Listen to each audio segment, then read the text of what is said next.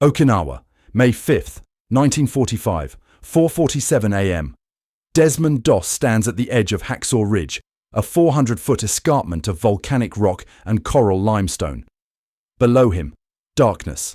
Above him, the first grey light of dawn touching the Pacific. In his hands, a rope. Hemp cargo net, borrowed from the Navy, rated for £2,000. The rope is slick with blood. His blood mostly, shrapnel wounds across both legs, left arm compound fractured from a grenade blast 5 hours ago. He's rigged a makeshift splint using a rifle stock. Not his rifle. He doesn't carry one.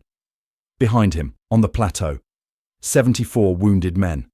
Some unconscious, some screaming, some quiet in the way men get quiet when they've accepted what comes next. The Japanese 62nd Division holds the ridge. They've spent the night crawling through the American positions, bayoneting the wounded.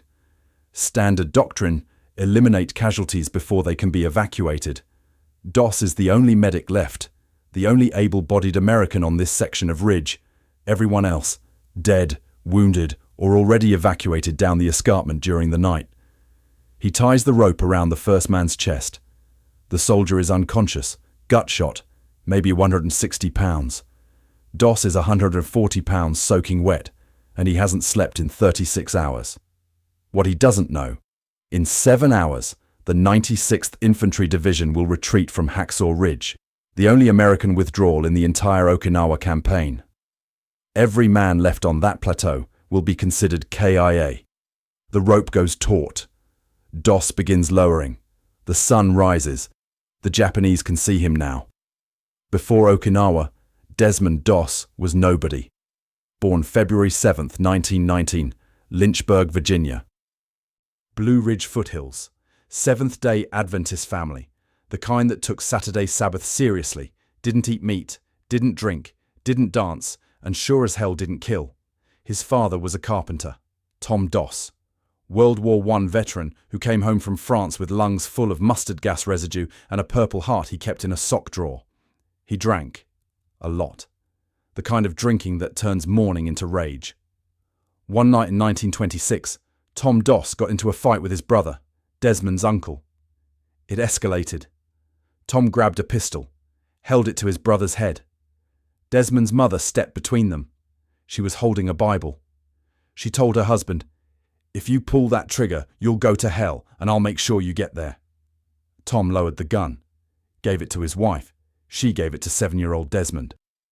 "Take this to the police station. Tell them your father doesn't need it anymore."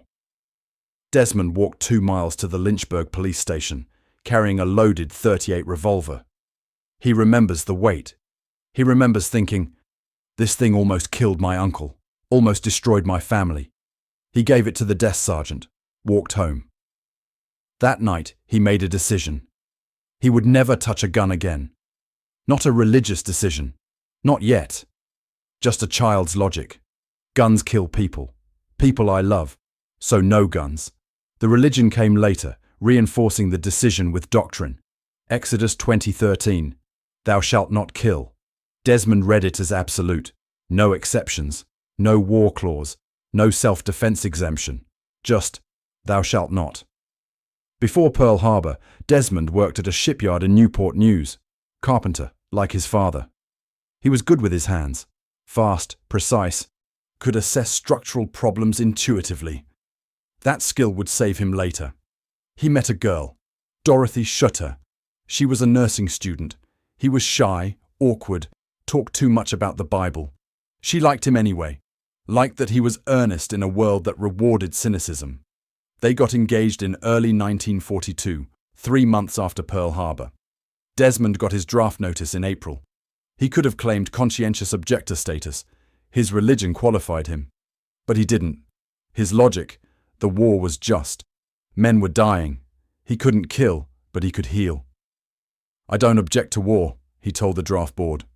"I object to killing. I'll serve. Just don't make me carry a weapon." The army didn't have a category for this. You were either a soldier or a conscientious objector. Desmond wanted to be both. The paperwork didn't allow it. They drafted him anyway. Classified him as 1AO, conscientious objector, non-combatant. He'd train with a rifle company but serve as a medic. He wouldn't carry a weapon, but he'd go wherever the shooters went. One detail made him dangerous. He'd spent 3 years working construction. He understood rigging, knots, load-bearing capacity, how to move heavy objects with minimal equipment. On Hacksaw Ridge, every wounded man weighed between 140 and 200 pounds.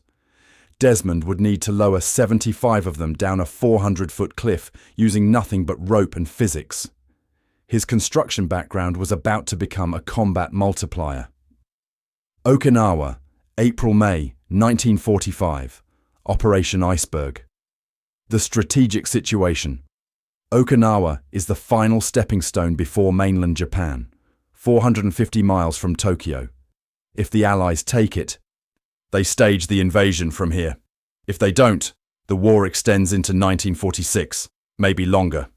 The Japanese know this. They've fortified the island with 100,000 troops dug into caves and tunnels. No banzai charges, no suicidal last stands. Just defensive attrition. Bleed the Americans until they negotiate peace. The 96th Infantry Division, Dead Eyes, lands on the western beaches April 1st. Minimal resistance. The Japanese have retreated to the interior, to the high ground. They're waiting. By April 29th, the 96th reaches the Maida Escarpment. American troops call it Hacksaw Ridge.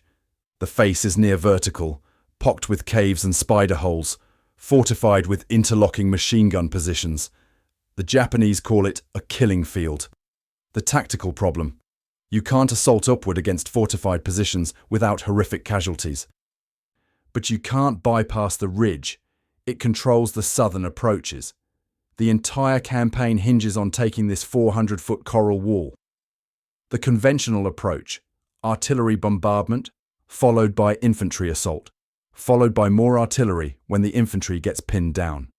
The 96th tries this for 5 days straight. It doesn't work. Casualties: 1,500 Americans wounded or killed in 6 days. The ridge doesn't move. May 4th, 1945. The 1st Battalion, 307th Infantry, receives orders. Take Hacksaw Ridge. Final push. No retreat. Desmond Doss is attached to B Company as a medic. He's 26 years old. He's been in combat since Guam, 7 months of island warfare. He's good at his job. The men respect him, even though they think he's crazy. The crazy part: Desmond doesn't carry a weapon. Not a pistol. Not a knife. Not even a bayonet for self-defense. Just his medic bag, his canteen, and a Bible. The rule preventing this, technically, Army regulations require all combat personnel to be armed, even medics. The Geneva Convention protects medics from being targeted, but it doesn't protect them from the enemy, and it doesn't stop the enemy from killing them if they're in the way. The Japanese don't honor the Geneva Convention anyway. They target medics first. It's sound tactics. Kill the medic, the wounded die, morale collapses faster. Desmond's commanding officer, Captain Glover, has tried to transfer him multiple times. Doss, you're going to get killed, and you're going to get my men killed trying to save you. Desmond's response: I'll carry my weight. You'll see. He does. On Guam and Leyte, he's pulled men out of fire zones under machine gun fire.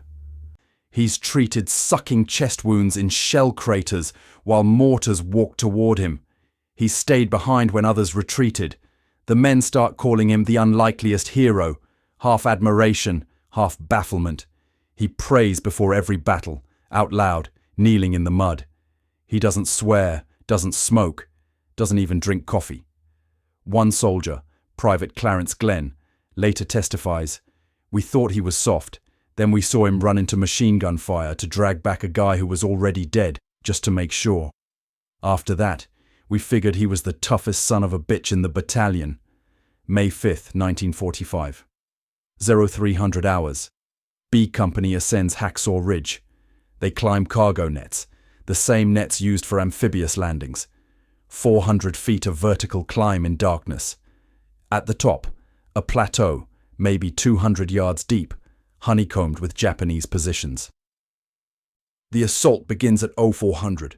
Artillery pounds the plateau for 15 minutes, then silence, then the whistle. B Company goes over the top. The Japanese let them advance 50 yards. Then they open fire.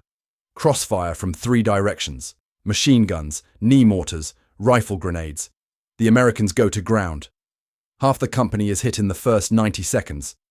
Desmond is 10 yards behind the lead element when the fire starts. He doesn't freeze. He runs forward, toward the shooting. First casualty, Private John Harris.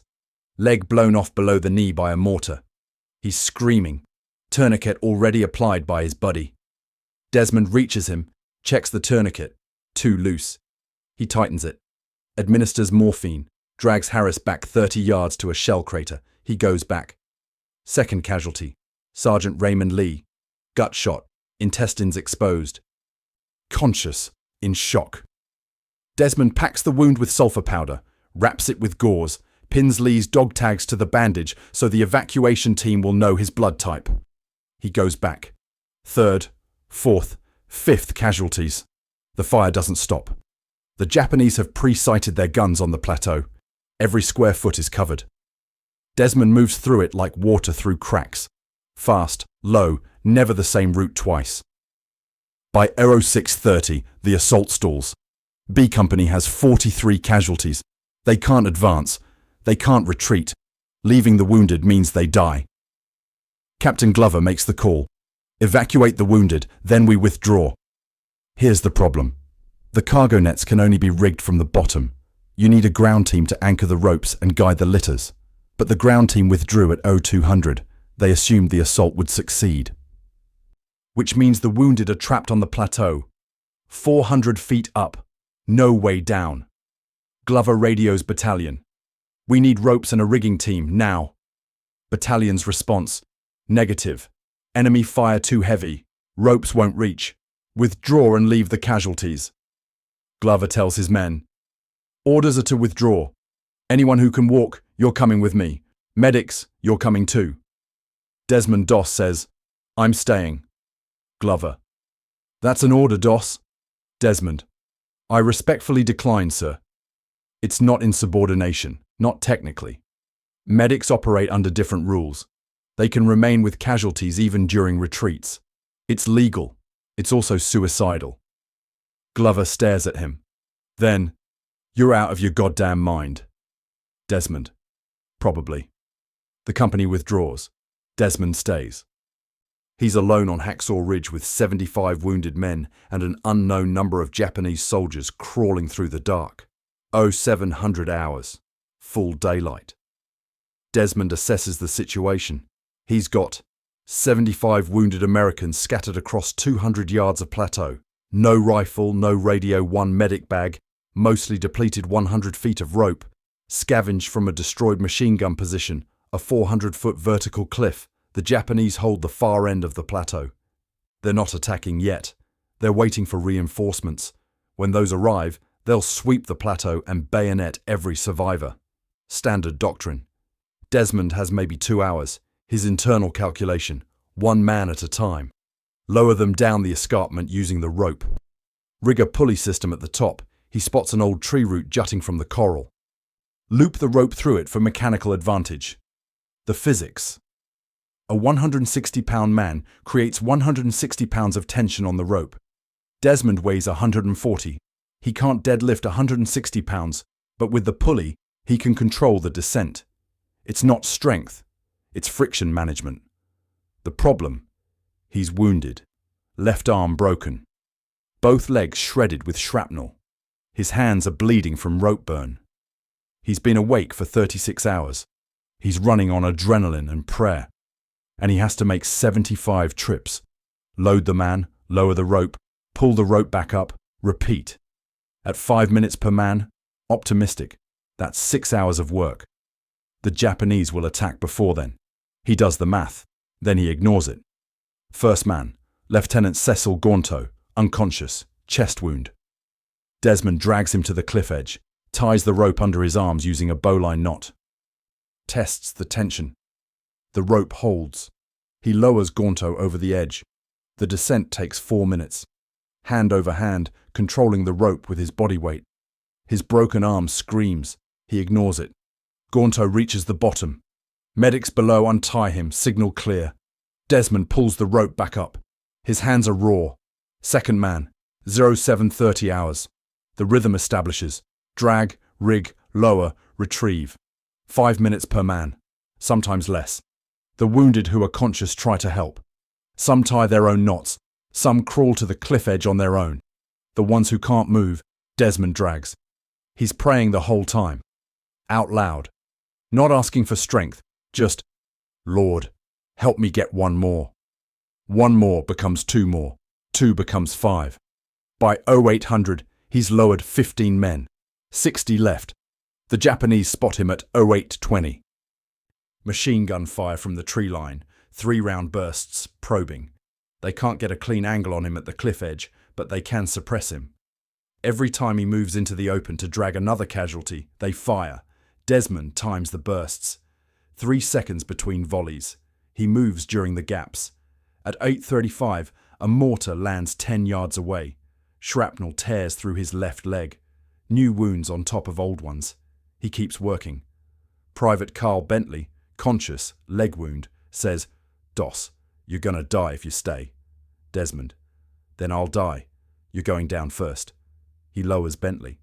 By 0900, he's at 25 men evacuated, 50 left. The Japanese are getting closer. He can hear them moving through the brush, organized, methodical. They're surrounding the plateau. At 09:15, a Japanese soldier appears 15 yards away, raises his rifle, aims at Desmond. Desmond freezes. He's holding a rope. A wounded man is halfway down the cliff. If Desmond drops the rope, the man falls to his death. The Japanese soldier fires. Misses. The round hits the coral 6 inches from Desmond's head. Another American, Sergeant Howell, wounded but conscious, has a rifle. He shoots the Japanese soldier, kills him. Desmond doesn't even look. He keeps lowering the rope. At 0930, he's at 35 men, 40 left. His hands are hamburger. The rope is slick with blood and coral dust. Every pull tears skin off his palms. He wraps his hands in torn undershirts, keeps going. The Japanese attack at 0945. Not a full assault, a probe. 20 soldiers moving through the American positions, checking bodies, bayoneting the wounded who can't be moved. Desmond hears the screaming. He works faster. At 1000 hours, a grenade lands 5 feet from him. He sees it, registers it, keeps lowering the rope. The man on the rope is halfway down. If Desmond runs, the man dies. The grenade detonates. Shrapnel tears into Desmond's left arm, shatters the radius bone. His arm goes limp. He switches hands, lowers the rope with his right arm only. The mechanical advantage of the pulley saves him. He couldn't do this with dead weight, but the friction system distributes the load. The man reaches the bottom. Desmond pulls the rope back up using his teeth and his one good arm. 40 men down, 35 left. At 10:15, another American medic, Private Bernard Cox, climbs back up the escarpment, against orders. He's carrying extra rope and medical supplies. Doss, I'm not letting you do this alone. Desmond, you're going to get yourself killed. Cox, then we'll both die. Let's move. They work together. Cox drags the wounded to the edge. Desmond does the lowering. He's better with knots, faster with the rigging. At 10:45, they're at 50 men evacuated, 25 left. Cox takes a bullet through the shoulder at 10:50. He keeps working. At 11:15, they're at 60 men, 15 left. The Japanese launch a full assault at 11:30. 50 soldiers, sweeping the plateau. This is the end. Everyone knows it. Desmond and Cox work faster. They stop being careful. They rig 2 men at once. Dangerous. The rope could snap, but there's no time for safety. At 11:45, they're at 70 men. 5 left. A Japanese soldier appears 3 yards away. Cox shoots him. Another appears. Cox shoots him too. Desmond lowers the 71st man, 72nd, 73rd. At 1200, 2 men left. Desmond and Cox. Cox. You go first. Desmond. Like hell. They rig both of them. Double the weight. But the pulley system holds. They rappel down together. feet braced against the cliff face, the rope burning through Desmond's shredded hands. They reached the bottom at 12:05. 75 men evacuated, every single wounded American who was alive when the company retreated. Not one left behind. From interrogation records, Okinawa, June 1945. Captured, Lieutenant Shigeo Shimizu, 62nd Infantry Division, IJA. Interrogator, Captain Robert Moore, U.S. Army Intelligence. Date, June 18, 1945. Q. Describe the American assault on Maeda Escarpment, May 5th. A. We expected them at dawn. They came on schedule. We killed many in the first minutes. This is standard. They always attack the same way. Q. What was unusual about this engagement? A. One man stayed behind. After their withdrawal, one soldier remained on the plateau with their wounded. At first we thought he was wounded too. Then we saw him moving. Q. What was he doing? A. Lowering men down the cliff, using rope, one at a time. We tried to kill him. Our machine gunners fired many times. He would not die. Q. Did you send men to kill him directly? A. Yes. Lieutenant Tanaka sent a squad. 3 men reached the escarpment edge. They reported, the American has no weapon. He is wounded. He is alone. They prepared to kill him. Q. What happened? A. They did not kill him. They returned and reported, this man is not a soldier. He is something else. We cannot kill him. Q. Explain. A. Our soldiers are trained to kill. But this American, he was not fighting. He was saving his men. Even when we shot at him, he did not shoot back. He had no gun. He only had rope in his hands. Lieutenant Tanaka ordered them to kill him anyway. They refused. This is extremely unusual. Refusal of orders means death, but they would not kill the American. Q. Why? A. They said, he is doing what we would do. He is not leaving his men. If we kill him, we are killing honor.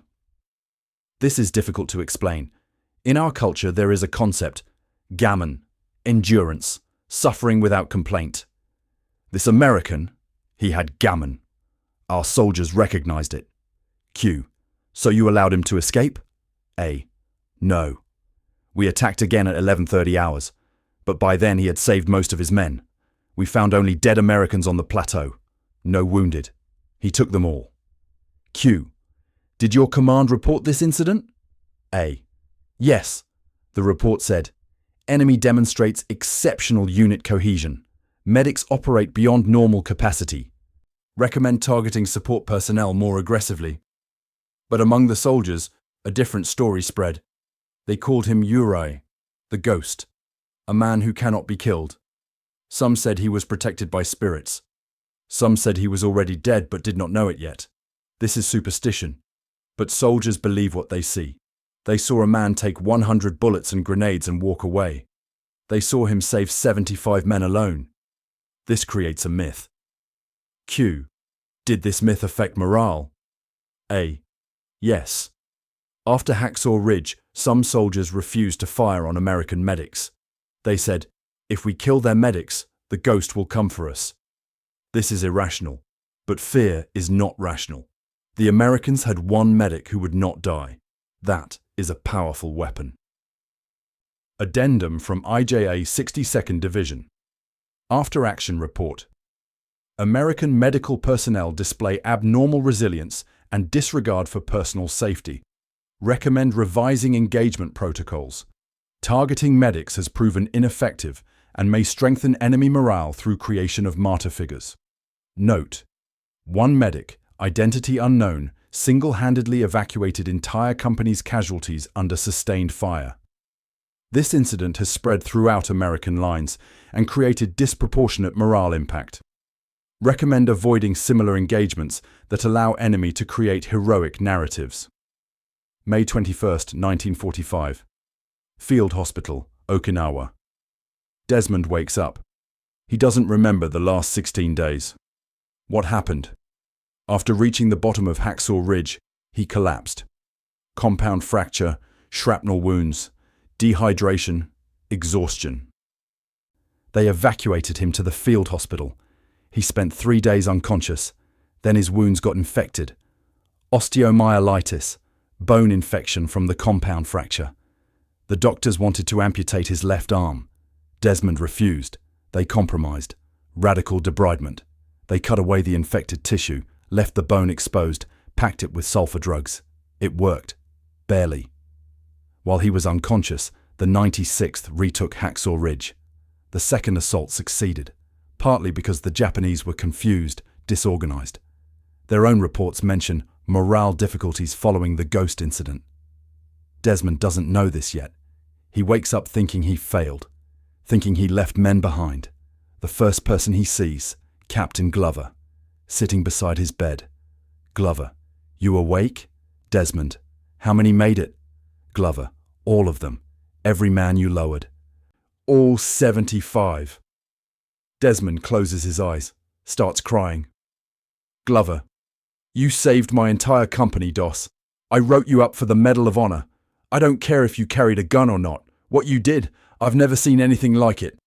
Desmond, I just did what anyone would do. Glover, no, you did what no one else could do. October 12th, 1945. The White House. President Harry Truman awards Desmond Doss the Medal of Honor, first conscientious objector to receive it. 75 men saved in one day. Countless others saved across 7 months of combat.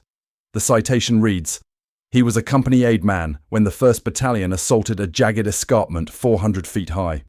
As our troops gained the summit, a heavy concentration of artillery, mortar and machine gun fire crashed into them, inflicting approximately 75 casualties and driving the others back. PFC Doss refused to seek cover and remained in the fire-swept area with the many stricken, carrying them one by one to the edge of the escarpment and there lowering them on a rope-supported litter down the face of a cliff to friendly hands. What the citation doesn't say, he did this with a broken arm, shrapnel in both legs, and no weapon to defend himself. He did it while the Japanese hunted him. He did it for 7 hours without rest. Truman shakes his hand, asks him, how did you do it? Desmond, I prayed for help. I asked God to give me the strength for one more, just one more. And he did. 75 times. Truman doesn't know what to say to that. Post-war, Desmond goes home to Virginia. His left arm never fully heals. The compound fracture leaves him with limited mobility. The shrapnel wounds in his legs give him a permanent limp. He develops tuberculosis, probably from the hospitals. He loses a lung. Then he loses hearing in one ear from antibiotic treatments. By 1960, he's 60% disabled. By 1976, he's 100% disabled. Can't work. Can barely walk. He doesn't complain. Not once. When asked about his injuries, he says, small price. I'm alive. 75 men are alive because I stayed. That's enough. He stays married to Dorothy for 47 years, until she dies in 1991. He remarries, a woman named Frances Duman. They spend 15 years together. He lives quietly in Rising Fawn, Georgia, works with his church, speaks at schools occasionally, tells the story not because he wants glory, but because he wants people to understand. Faith isn't passive. Faith acts. One story people forget. In 1968, a man named Carl Bentley, one of the 75, tracks Desmond down. They haven't spoken since the war. Bentley shows up at Desmond's house unannounced. He's carrying a photograph. 75 men. A reunion of the Hacksaw survivors. They'd gathered in California. Every man Desmond saved, or their families if they'd since died. Bentley, we wanted you there, but we figured you wouldn't come. So we took this picture. Everyone signed the back. Desmond looks at the photo, reads the signatures, starts crying. Bentley, you gave us our lives back, Desmond. Some of us have kids now, grandkids. None of that happens if you run. We wanted you to know. It mattered. Every second you stayed up there, it mattered. Desmond keeps the photo. He doesn't frame it, keeps it in his Bible. When he dies in 2006, they find it there. 75 signatures, faded but legible. March 23rd, 2006. Desmond Doss dies at age 87. His funeral is in Chattanooga, Tennessee. Hundreds attend. Veterans mostly. Men who served with him. Men who heard the story. Men who couldn't believe one person could embody that much stubborn, irrational courage. The eulogies are short. No one wants to explain what he did. They just want to remember. One speaker, Colonel Jack Hawkins, USMC, RET, says, Desmond refused to carry a gun. We called him a coward. We called him crazy. We were wrong. He carried something heavier than a rifle. He carried every man who fell, and he refused to put them down. The rest of us, we carried weapons to protect ourselves. Desmond carried men to save them. There's a difference. At the Lynchburg Museum in Virginia, they display Desmond's Medal of Honor beside the .38 revolver he carried to the police station as a child. The revolver's serial number is stamped on the cylinder, 1919, the year Desmond was born.